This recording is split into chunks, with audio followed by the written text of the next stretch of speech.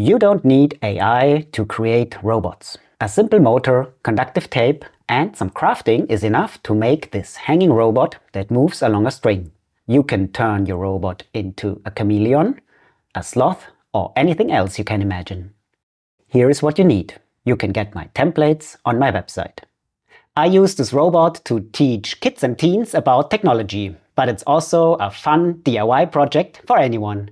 The process is simple, but there are 3 main challenges you should know about before you start. The hook mechanic is the most important part of the robot. Since everything is moving, it is a challenge to make it work reliable.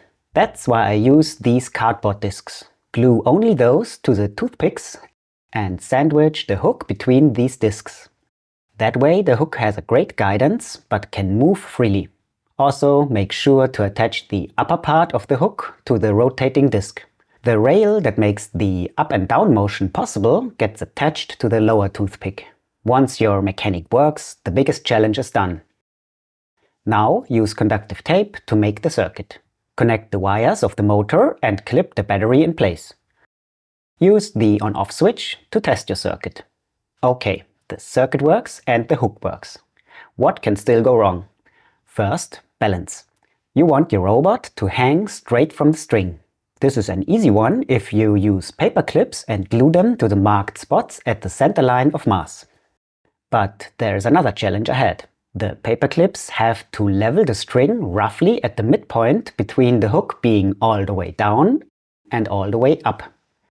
I measured everything so that regular paper clips will be perfect if you bend the outer part up and glue the inner part to the robot. But paperclip measurements vary, so you might have to adjust this. And there is still more. The blank cardboard hook does not have enough friction when catching the string. That's solved by spreading some hot glue on the hook's surface. Now you should have a rotating hook that catches the string about halfway on its way down and moves the robot forward one step at a time. Now you are ready to add whatever design you come up with. I love these chameleons because you can get creative coloring them. But also these sloth or slow lorries are fun to watch. Attach your design by making a small cut and gluing a binder clip to the illustration. Now adding the design to the circuit automatically turns the robot on and off. I love this. So that's it, almost. There's one more thing, which is that I did all the balancing and measuring according to the components I use. I share these on my website along with more detailed instructions that can be used in class or for a larger group of kids. I do use special geared solar motors. This makes it possible to power this robot with a solar cell, which is an awesome variation for summertime.